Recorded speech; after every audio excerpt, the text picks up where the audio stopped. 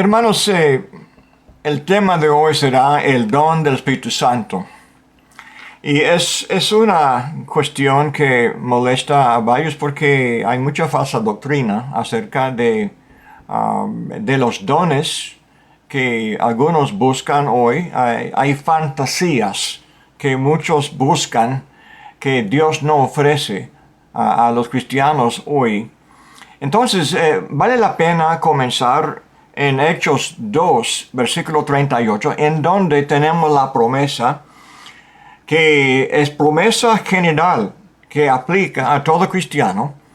Y entonces tenemos que investigar lo que significa este término y también el desarrollo del concepto de los dones del Espíritu Santo, como se encuentran en la Biblia. En Hechos capítulo 2, el versículo 38, en el sermón del apóstol Pedro, cuando Pedro había picado la conciencia de los miles de judíos en Jerusalén, quienes se congregaron para celebrar el día de Pentecostés. 50 días después de la Pascua, cuando Cristo fue crucificado, clavado a la cruz, y el tercer día resucitado. Y ahora nos recuerda de que Cristo había dicho algo acerca del bautismo del Espíritu Santo. Juan el Bautista, hablando de antemano de la obra de Jesús, Juan decía que yo les bautizo en agua, pero el que sigue después de mí, dice, él bautizará en el Espíritu Santo y en el fuego. Entonces, estos términos ya tenemos en la mente cuando llegamos aquí a Hechos 2. Y cuando los judíos, dice el versículo 37, al oír esto, se compungieron de corazón y dijeron a Pedro y a los otros apóstoles, varones hermanos, ¿qué haremos? Pedro les dijo, arrepentíos y bautícese cada uno de vosotros en el nombre de Jesucristo para perdón de los pecados y recibiréis el don del Espíritu Santo.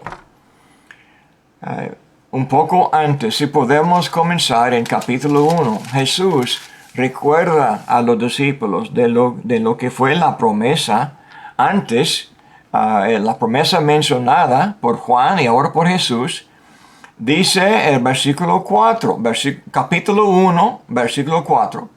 Y estando juntos, les mandó que no se fueran de Jerusalén, sino que esperasen la promesa del Padre, la cual les dijo, oísteis de mí. Porque Juan ciertamente bautizó con agua, mas vosotros seréis bautizados con el Espíritu Santo dentro de no muchos días. Esto fue algunos 40 días después de la muerte y la resurrección de Jesús. Ahora, 10 días antes de Pentecostés, Jesús dice, dentro de no muchos días, la promesa se cumpliría. Ahora, versículo 6. Entonces, los que se habían reunidos le preguntaron, diciendo, Señor, ¿restaurarás el reino a Israel en este tiempo? Y les dijo, no os toca a vosotros saber los tiempos o las sazones que el Padre puso en su sola potestad, pero recibiréis poder cuando haya venido sobre vosotros el Espíritu Santo, y me seréis testigos en Jerusalén, en toda Judea, en Samaria y hasta lo último de la tierra. Después Jesús ascendió a los cielos. Esto fue la última promesa que Jesús dejó a los apóstoles, los cuales se congregaron. Dice Jesús, en el contexto de hablar del bautismo del Espíritu Santo, dice que ellos mismos recibirían poder. Poder significa algo que vamos a ver adelante. Pero dice, cuando haya venido sobre vosotros el Espíritu Santo. Ahora que tenemos mención de esta persona, la tercera de la deidad, Espíritu Santo, dice, Él iba a venir sobre ellos en algún sentido. Entonces dice, y la consecuencia sería, dice, me seréis testigos. Esta palabra es muy importante porque vemos el uso de la palabra en capítulo 2 y en adelante. Los apóstoles serían testigos especiales. Dice en Jerusalén, en toda Judea, en Samaria y hasta lo último de la tierra. Eran 11, porque uno de los 12, quienes Jesús había escogido para ser testigos, uno de ellos era Judas y se ahorcó, se murió. Entonces el resto del capítulo, los apóstoles tenían que escoger a alguien para tomar el lugar de Judas Iscariote. Entonces dice el 21, es necesario pues que de estos hombres que han estado juntos con nosotros todo el tiempo que el Señor Jesús entraba y salía entre nosotros, comenzando desde el bautismo de Juan hasta el día en que de entre nosotros fue recibido arriba, uno se ha hecho testigo con nosotros de su resurrección. Serían testigos oculares por haber pasado estos 3 años con Jesús. Testigos de la resurrección de Jesús. No solamente la muerte, pero también la resurrección de Jesús. Entonces serían testigos los 12. Señalaron a 2, y José llamado Barsabás, que tenía por sobrenombre Justo, y a Matías. Y orando dijeron, tu Señor, que conoce los corazones de todos, muestra cuál de estos 2 has escogido, para que tome la parte de este ministerio y apostolado de que cayó Judas por transgresión, para irse a su propio lugar. Y les echaron suertes, y la suerte cayó sobre Matías, y fue contado con los 11 apóstoles. ¿Quién fue Matías? Uno de los 12 testigos también, quienes recibieron el oficio que se llama el apostolado. Ellos iban a servir de apóstoles y testigos del poder de Cristo. Iban a recibir poder cuando el Espíritu Santo cayere sobre ellos. Entonces, capítulo 2, ya hemos leído cómo fue cuando comenzó la plática, o antes de comenzar la plática o el sermón de Pedro, cayó sobre ellos el poder del Espíritu Santo. Se describe al principio del capítulo 2, estaban sentados en este lugar, dice, y versículo 3, se les aparecieron lenguas repartidas como de fuego, asentándose sobre cada uno de ellos, y fueron todos llenos del Espíritu Santo, y comenzaron a hablar en otras lenguas, según el Espíritu les daba que hablasen. ¿Y quiénes hablaban? El debate moderno tiene que ver con quiénes eran estos que recibieron este don. Se describe llenos del Espíritu Santo, y cuando estaban llenos del Espíritu Santo comenzaron a hablar en otras lenguas. Y se menciona aquí las lenguas de ellos. Pero cuando vemos las palabras de Pedro, por fin aprendemos quiénes hablaban. Se llaman entonces ellos se llaman, asimismo, dice versículo 32, a Jesucristo resucitó Dios, de lo cual todos nosotros somos testigos. Todos ellos que hablaban, todos ellos que recibieron los dones, el don de hablar lenguas, los que estaban llenos del Espíritu Santo, todos ellos eran testigos, especialmente escogidos. Se llamaban apóstoles para servir de testigos oculares de Cristo. Ya tenemos definición, los que acompañaron a Jesús desde su bautismo hasta su ascensión a los cielos. No hay duda de quiénes eran apóstoles, escogidos para ser testigos, y fueran ellos que hablaban en lenguas.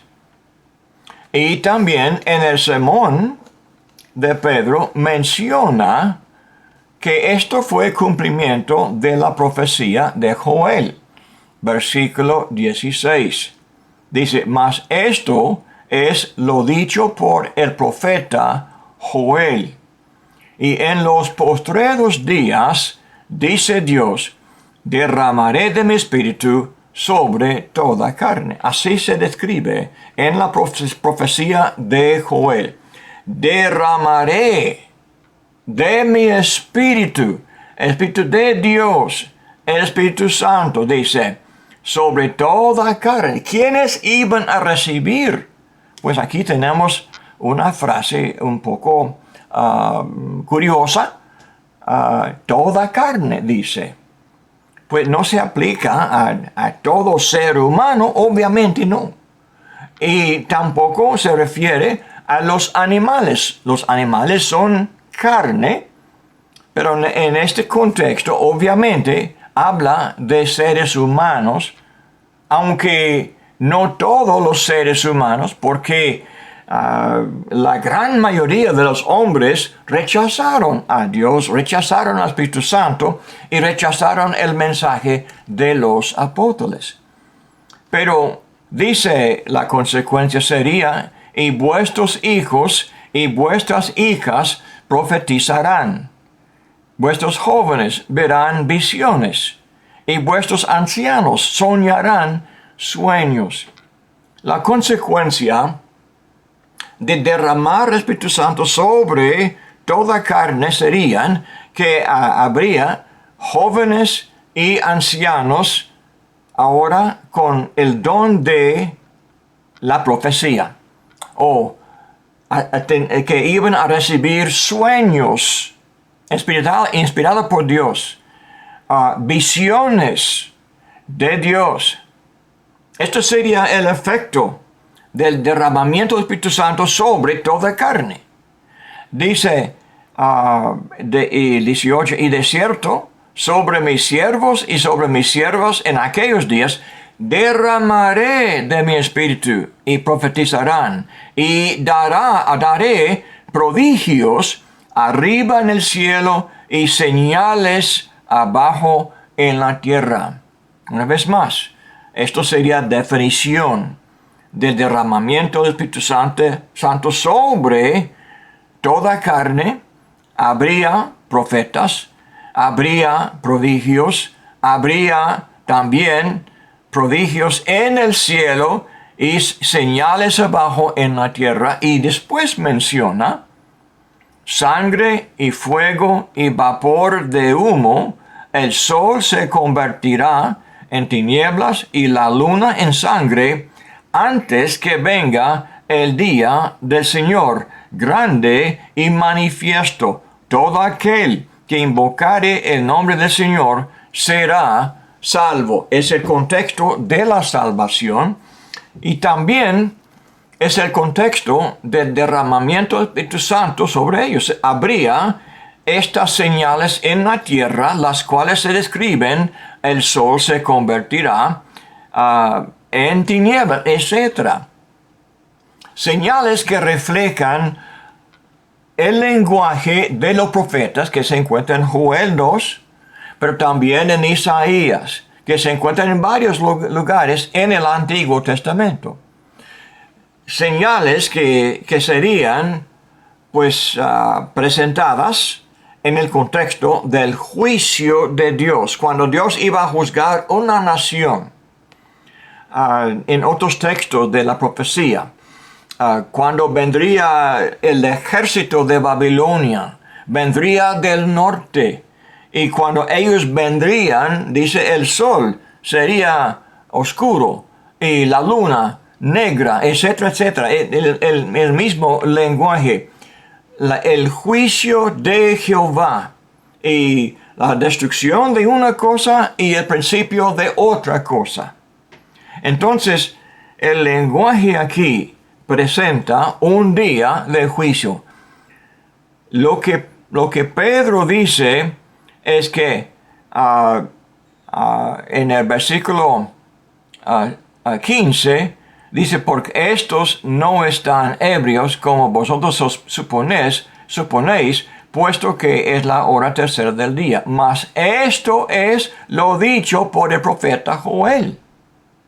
Pedro define la aplicación de la profecía de Joel en el contexto de lo que Dios hacía en el día de Pentecostés. Tenemos que aceptar la interpretación divina de esta terminología, estas señales del sol y de tinieblas, la luz en sangre, antes que venga el día del Señor.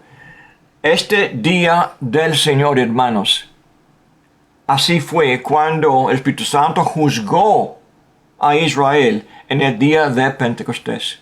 Esto fue un día del juicio del Señor. En el Antiguo Testamento había varios días del Señor. La frase viene de Joel y también se repite en Isaías y mucha aplicación de los juicios de Jehová. Entonces tenemos que abrir la mente un poco para aprender el contexto de esta terminología.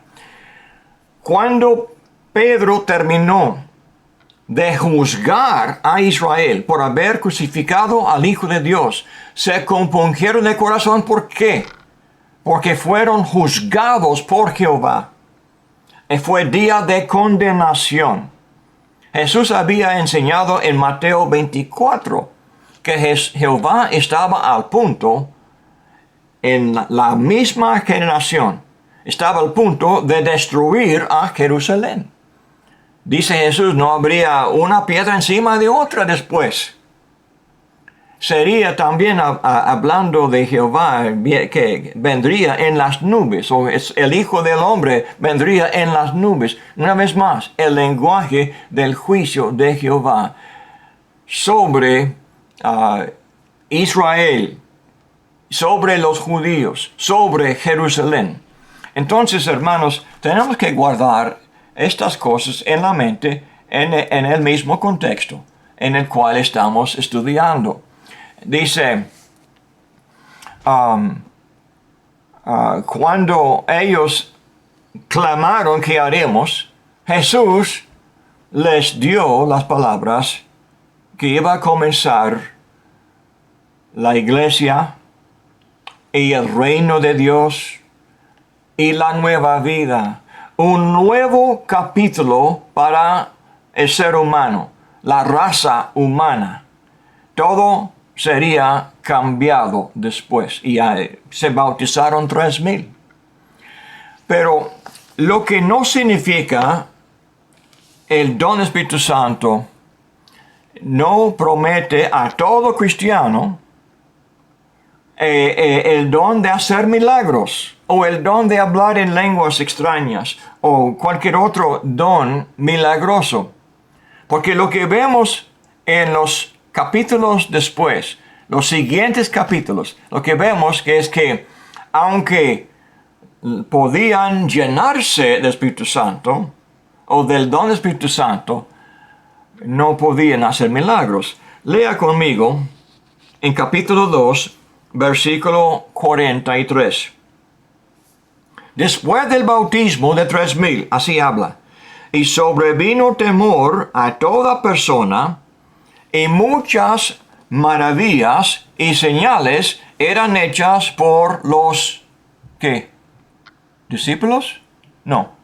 Dice, apóstoles. Es una palabra que ya tiene definición en capítulo 1. Los testigos. Dice, y todos los que habían creído estaban juntos y tenían en común todas las cosas. El 46, y perseverando unánimes cada día en el templo y partiendo el pan en las casas, comían juntos con alegría y sencillez de corazón, alabando y teniendo favor con todo el pueblo. Y el Señor añadía cada día a la iglesia los que habían de ser salvos. Claramente, cuando ofreció el perdón del pecado, les ofreció la salvación de la culpa del pecado. Pero también estaba presentando más que la salvación de la culpa del pecado. También Dios les ofrecía salvación de la práctica del pecado. Les ofrecía la nueva vida, la vida que Jesús enseñaba en los evangelios. Esta vida eterna, esta vida divina. Entonces, lo que vamos a ver, Dios tiene su propósito, su plan.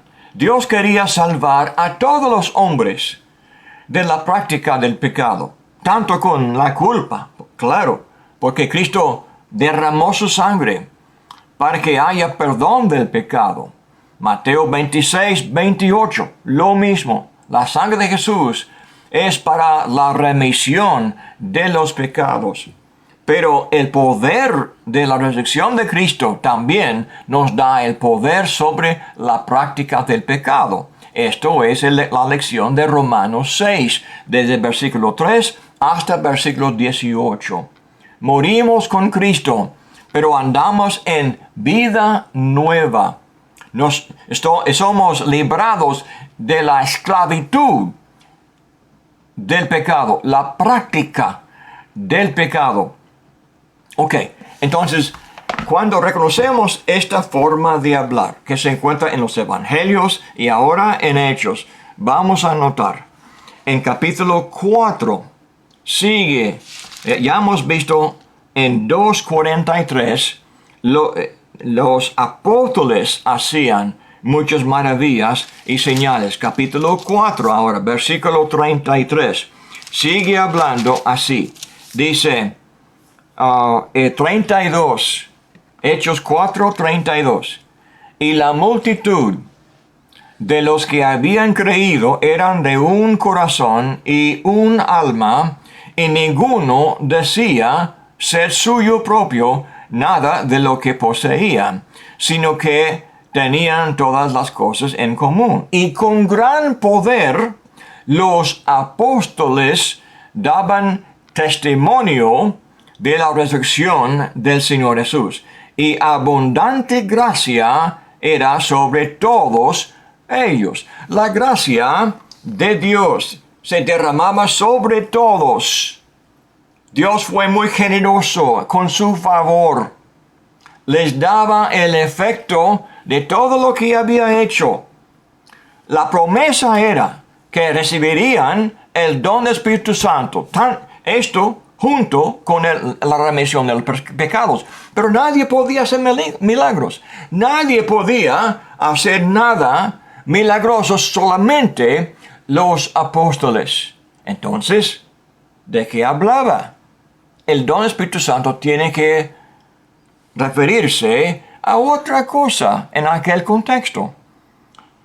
Vamos leyendo adelante, capítulo 5, versículo 12.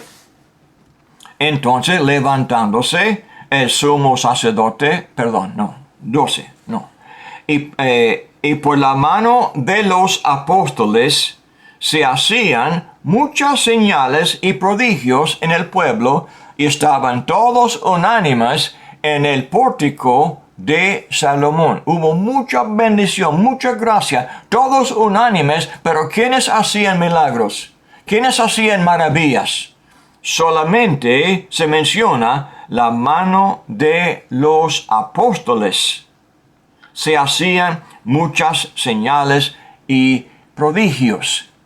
Es importante reconocer quiénes tenían el poder milagroso. Solamente los testigos oculares, dando testimonio de lo que habían visto en su vida, 3 años. Y también el Espíritu Santo trabajando con ellos, dentro de ellos, haciendo sus prodigios y señales. Entonces, adelante, capítulo 6. Encontramos el problema ahí en la ciudad de las viudas griegas desatendidas. Dice que para ayudarles a los apóstoles en administrar la benevolencia a ellas, entonces dice versículo 3. Escuchen. Dice, buscad pues, hermanos, de entre vosotros a 7 varones de buen testimonio, llenos del Espíritu Santo y de sabiduría, a quienes encarguemos de este trabajo. Ninguno de ellos hacían milagros, ninguno de ellos eran testigo como apóstol, pero daban buen testimonio. ¿Cómo? Con su vida. ¿Y de qué manera entonces estaban llenos del Espíritu Santo? Tiene que ver con algo que los hermanos podían ver. ¿Cómo es que uno puede ver? Si el hermano no puede hacer milagros, solamente los apóstoles podían hacer señales, pero había algo en ellos que fue obvio a los hermanos, que estaban llenos del Espíritu Santo. ¿De qué puede significar? Debe ser que el efecto del Espíritu Santo en la vida de ellos, el efecto de su enseñanza, la obediencia, la vida nueva, la vida eterna, la vida divina, la naturaleza divina, como dice 2 de Pedro 1, 3 y 4. Todo lo que el Espíritu Santo nos da, las preciosas promesas, la gracia de Dios que nos instruye, nos enseña cómo andar, como alguien nacido de nuevo, como alguien lleno de la nueva vida. Esto se describe como llenos del Espíritu Santo. Entonces dice el 4, y nosotros persistiremos en la oración y en el ministerio de la palabra. Agradó la propuesta a toda la multitud y eligieron a Esteban, varón lleno de fe y del Espíritu Santo, a Felipe, a Prócoro, a Nicanor, a Timón, a Parmenas y a Nicolás, prosélito de Antioquía, a los cuales presentaron ante los apóstoles, quienes, orando, les impusieron las manos y crecía la palabra del Señor y el número de los discípulos se multiplicaban grandemente en Jerusalén. También muchos de los sacerdotes obedecían a la fe. Algo cambió aquí. Algo nuevo ha pasado. No solamente tenemos 12 apóstoles, pero tenemos 7 hermanos en la iglesia que la iglesia vio que eran hermanos llenos del Espíritu Santo. En el caso de Esteban también dice lleno de fe. También expresa lo que fue obvio a todos, porque la fe es la fidelidad. La fe se ve por las obras. La fe se ve por la vida que mora en uno. Se ve la fe. La enseñanza de Jesús se demuestra. Como Gálatas 2:20, Cristo vive en mí. Y todo el mundo lo ve. Pero ahora, algo más pasó. Porque los apóstoles impusieron manos sobre los 7. Y por fin tenemos a alguien no apóstol que hizo milagro. Dice el versículo 8, y Esteban, el primero de la lista, Esteban, varón lleno de la fe y del Espíritu Santo, dice el 8, y Esteban lleno de gracia y de poder. Ahora, el favor de Dios se demuestra en Esteban con poder, como tenía también los apóstoles antes, porque dice, hacía grandes prodigios y señales entre el pueblo. Por primera vez tenemos a alguien no apóstol que hacía estos prodigios y señales entre el pueblo. Y leyendo adelante en capítulo 8, cuando comenzó la gran persecución de la iglesia, apedrearon a Esteban y huyó Felipe. No pudo seguir allá sirviendo allá en Jerusalén. Pero quedó el don que recibió por imposición de los apóstoles. Porque leemos en capítulo 8, comenzando en versículo 4, pero los que fueron esparcidos iban por todas partes anunciando el evangelio. Entonces Felipe, descendiendo a la ciudad de Samaria, les predicaba a Cristo. Y la gente, unánime, escuchaba atentamente las cosas que decía Felipe, oyendo, ¿y qué más? Viendo las señales que hacía. Ahora, segunda persona, que no fue apóstol, hacía milagros. Por primera vez, uno de los que del grupo de 7 que recibieron la imposición de las manos de los apóstoles. Dice, porque de muchos que tenían espíritus inmundos, salían en estos dando grandes voces, y muchos paralíticos y cojos eran sanados.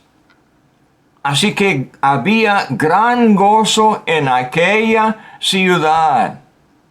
Y se dio cuenta Simón el mago. Vemos que la gente no hacía caso de él porque él fue fraude, pero lo que tenía Felipe no fue un fraude. Y el versículo 12, pero cuando creyeron a Felipe, que anunciaba el evangelio del reino de Dios y el nombre de Jesucristo, se bautizaban hombres y mujeres. Y también creyó Simón mismo. Entonces dice, y habiendo bautizado, estaba siempre con Felipe, viendo las señales. Otra mención. Viendo las señales y grandes milagros que se hacían, estaba atónito. Esteban, ahora Felipe, mucha repetición del concepto, ahora haciendo señales, grandes prodigios, grandes milagros. Ahora, otro capítulo comienza porque ahora los apóstoles, viendo el éxito de Felipe en Samaria, envían a Pedro y a Juan para ayudar. Y dice el 15, los cuales habiendo venido, oraron por ellos para que recibiesen el Espíritu Santo. No habían recibido ningún don milagroso, pero dice, pero porque aún no había descendido sobre ninguno de ellos, sino que solamente habían sido bautizados en el nombre de Jesús. Entonces les imponían las manos y recibían el Espíritu Santo. Esto es recibir el Espíritu Santo de otra manera especial. Dice, cuando vio Simón que por la imposición de las manos de los apóstoles se daba el Espíritu Santo, les ofreció dinero, diciendo, dadme también a mí este poder, para que cualquiera a quien yo impusiere las manos reciba el Espíritu Santo. Entonces Pedro les dijo, tu dinero perezca contigo porque has pensado que el don de Dios se obtiene con dinero. No tienes tú parte ni suerte en este asunto, porque tu corazón no es recto delante de Dios, etc.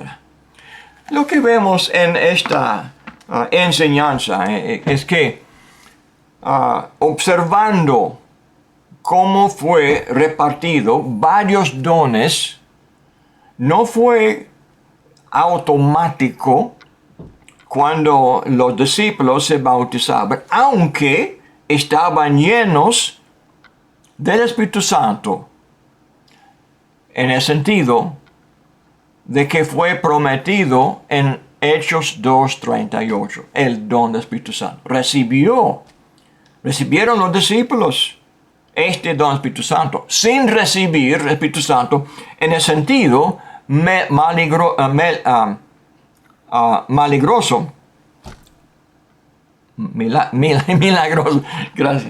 milagroso. Entonces, así leyendo esto, encontramos en capítulo 10 el caso de Cornelio. Y cuando Pedro le predicó, él fue un hombre no judío. Él fue el primero de los no judíos que recibieron el evangelio y quiso obedecer el evangelio, pero no fue judío, fue griego, fue romano, centurión de los romanos en Cesarea. Entonces llegó el momento de decidir: ¿será necesario que este Cornelio se convirtiera en judaísmo primero para ser bautizado en Cristo Jesús? ¿Sería necesario que él fuera circuncidado para obedecer el evangelio? Y la verdad es que Dios ya había dicho en visión a Pedro que este hombre no es inmundo.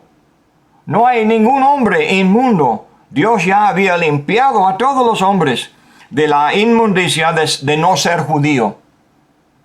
Pero para demostrarlo a los judíos presentes, leemos aquí en Hechos capítulo 10. Dice, déjame comenzar en el versículo 42. No, el 40. A este le levantó Dios al tercer día e hizo que se manifestase no a todo el pueblo, sino a los testigos que Dios había ordenado de antemano, a nosotros que comimos y bebimos con él después que resucitó de los muertos. Y nos mandó que predicásemos al pueblo y testificásemos que él es el que Dios ha puesto por juez de los vivos y los muertos.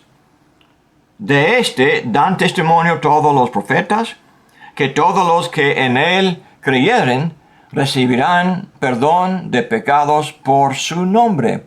Mientras aún hablaba Pedro estas palabras, el Espíritu Santo cayó sobre todos los que oían el discurso. Y los fieles de la circuncisión que habían venido con Pedro se quedaron atónitos de que también sobre los gentiles se derramase el don del Espíritu Santo. Porque los que oían, que hablaban en lenguas y que magnificaban a Dios. Entonces respondió Pedro: ¿puede acaso alguno impedir el agua para que no sean bautizados estos que han recibido el Espíritu Santo también como nosotros? Como nosotros es quién. En este contexto ya hablaba de nosotros como los apóstoles, los testigos, escogidos especiales, haciendo comparación entre los apóstoles y esta familia de Cornelio que recibió la misma evidencia, el mismo don del Espíritu Santo. El 48 entonces, y mandó bautizarles en el nombre del Señor Jesús. Entonces le rogaron que se quedase por algunos días. Capítulo 11, entonces, allá en Jerusalén, algunos hermanos no estaban contentos con lo que Pedro hizo en bautizar a estos gentiles.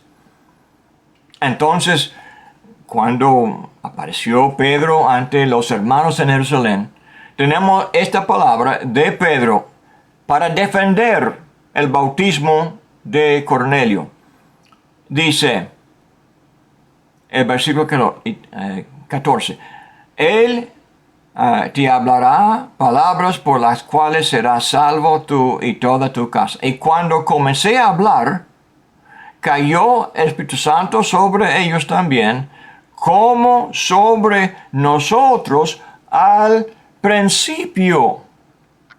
¿Cómo cayó el Espíritu Santo al principio? De una manera muy especial, solamente sobre los apóstoles. Ahora dice, entonces me acordé de lo dicho por el Señor cuando dijo, Juan ciertamente bautizó en agua, mas vosotros seréis bautizados con el Espíritu Santo. Si Dios pues les concedió también el mismo don que a nosotros que hemos creído en el Señor Jesucristo, ¿quién era yo que pudiese estorbar a Dios? Entonces, oídas estas cosas, callaron y glorificaron a Dios, diciendo, de manera que también a los gentiles ha dado Dios arrepentimiento para vida. Esto fue toda la cuestión. Arrepentimiento para vida. Arrepentimiento y bautismo. Dios concedió a los gentiles el privilegio de comenzar la nueva vida y de ser bautizados para el perdón del pecado, sin ser judío, sin convertirse a judaísmo y ser prosélito. Pero capítulo 15 tenemos el debate sobre esta cuestión. Muchos judíos quedaron bien resistentes a esta nueva práctica. El libro a los Gálatas también toca la misma cuestión. El libro de Romanos también toca la cuestión. Y el libro de Hebreos toca la cuestión. ¿Cómo sirve el sistema de judaísmo en la economía del evangelio y la nueva vida? Y la verdad es que la ley de Moisés fue un ayo para llevarnos a Cristo. Ahora no sirve. Y el primer pacto ya se llama el antiguo pacto, ya se llama el viejo pacto. Y estaba al punto de desaparecer aún en aquel entonces. Ahora, entonces, con esto en la mente, estamos dando definición a los términos del don del Espíritu Santo. Tenemos que darle definición en cada contexto. Tantas palabras son así, hermanos. Tenemos que ser honestos con el uso de la terminología. Dios mismo nos da detalles, nos da claridad en el contexto de cómo se usaba esta frase. Entonces, cuando llegamos a capítulo 12, 1 Corintios 12 al 14, vemos que en la iglesia había, hay una lista de varios dones que tenían, dones espirituales que tenían, pero no todos tenían el mismo don. Todo dependía de la dispensación del Espíritu Santo. Dependía, él dice, como dice el 4, ahora bien, hay diversidad de dones, pero el Espíritu es el mismo. Hay diversidad de ministerios, pero el Señor es el mismo. Y hay diversidad de operaciones, pero Dios que hace todas las cosas en todos es el mismo. Pero a cada uno les es dada la manifestación del Espíritu para provecho. Tenemos la lista después de los dones que algunos tenían, pero no todos tenían el mismo don. Había en el plan de Dios, en el propósito de Dios, dones que no eran milagrosos. Entonces, algunos eran para señales, eran para dar evidencia de la aprobación de Dios, pero algunos dones no eran así. Y adelante, cuando Dios decidió de no seguir con los milagros, todavía quedaban los dones no milagrosos. Uno podía estar lleno del Espíritu Santo sin tener un don milagroso. Así es hoy. Ahora lea conmigo Efesios capítulo 5. Efesios capítulo 5 dice 18, no os embriaguéis con vino, en lo cual hay disolución. Antes bien sed llenos del Espíritu. Es un mandamiento. Es la condenación de llenarse con vino. Embriagarse, la palabra embriagar literalmente es de estar lleno o saturado de vino. Es una palabra que habla de exceso. Entonces con la palabra paralela es de llenarse del o ser llenos del Espíritu, el Espíritu Santo. Pues ¿cómo se hace? Si uno puede hacerlo, uno puede buscarlo, uno puede llenarse a sí mismo, ¿cómo se hace? O aquí habla, hablando entre vosotros con salmos, con himnos y cánticos espirituales, cantando y alabando al Señor en vuestros corazones, dando siempre gracias por todo al Dios y Padre en el nombre de nuestro Señor Jesucristo. ¿Cómo es que vamos a llenarnos del Espíritu Santo? Tenemos que participar en el culto que Dios manda en las palabras del Espíritu Santo. Cuando nos congregamos y hablar entre nosotros con salmos, con himnos y cánticos espirituales, cantando y alabando al Señor en nuestros corazones, cuando hacemos esto, estamos llenándonos del Espíritu Santo, de su influencia, de su poder. Nos enseñamos su palabra. Colosenses capítulo 3, el versículo 16. Aquí tenemos texto paralelo, las palabras prácticamente son iguales. Dice, versículo 16, la palabra de Cristo more, es mandamiento. More es el modo vocativo, es mandamiento. La palabra de Cristo more en abundancia en vosotros, enseñándoos y exhortándoos unos a otros en toda sabiduría, cantando con gracia en vuestros corazones al Señor con salmos e himnos y cánticos espirituales. Es la misma orden, hermanos. Nos manda llenarnos. Es mandamiento llenarnos del Espíritu Santo. Es mandamiento llenarnos de la palabra de Cristo. Cuando la palabra de Cristo mora en nosotros, el Espíritu Santo mora en nosotros. Es el mismo significado. Es conocimiento de sus palabras. Es de hacer la palabra algo que entendemos, que podemos usar, que podemos interpretar con fidelidad y poner en práctica en nuestra vida. Así habla también Gálatas 2:20. Cristo vive en mí. Ya no vivo yo. Soy crucificado con Cristo. Ya no vivo yo, mas Cristo vive en mí. Yo no vivo. Cristo vive en mí. Su palabra vive en mí. Su Espíritu Santo vive en mí. Entonces, lo hacemos cuando dice, como otra vez, en abundancia, cuando nos enseñamos, cuando nos exhortamos unos a otros, cuando nos llenamos de sabiduría, cuando también cantamos con gracia en nuestros corazones al Señor con salmos e himnos y cánticos espirituales. Hermanos, el plan de Dios es este. El orden, los diseños, los patrones de Dios son así. Dios quiere llenarnos de su naturaleza divina.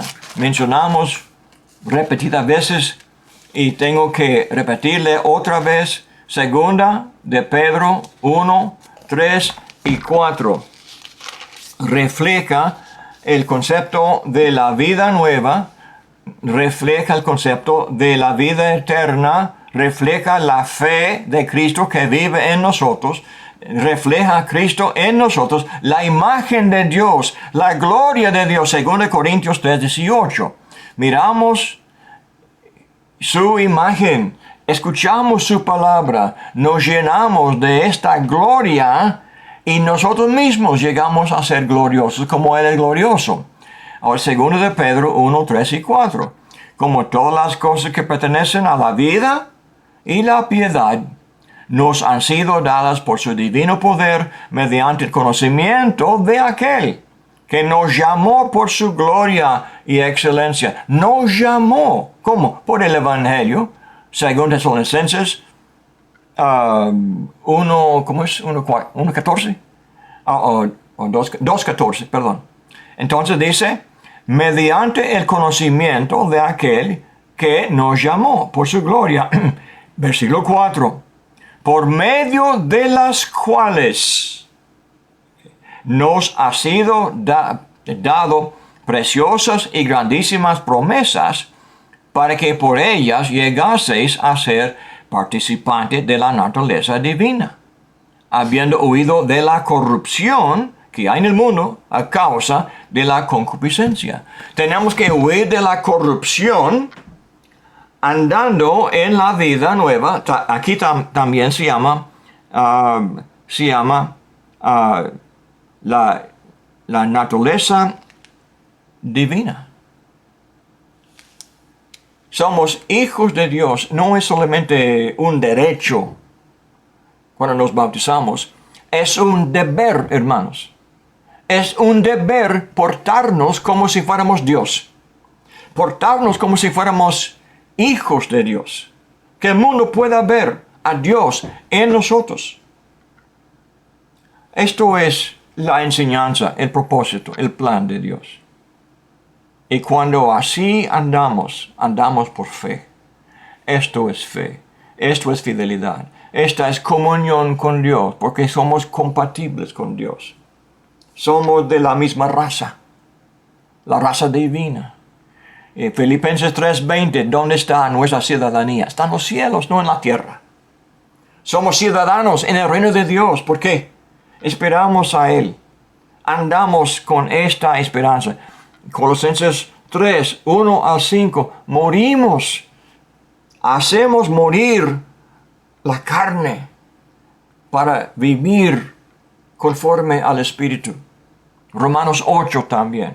Andamos conforme a las enseñanzas del Espíritu Santo. Y así vivimos.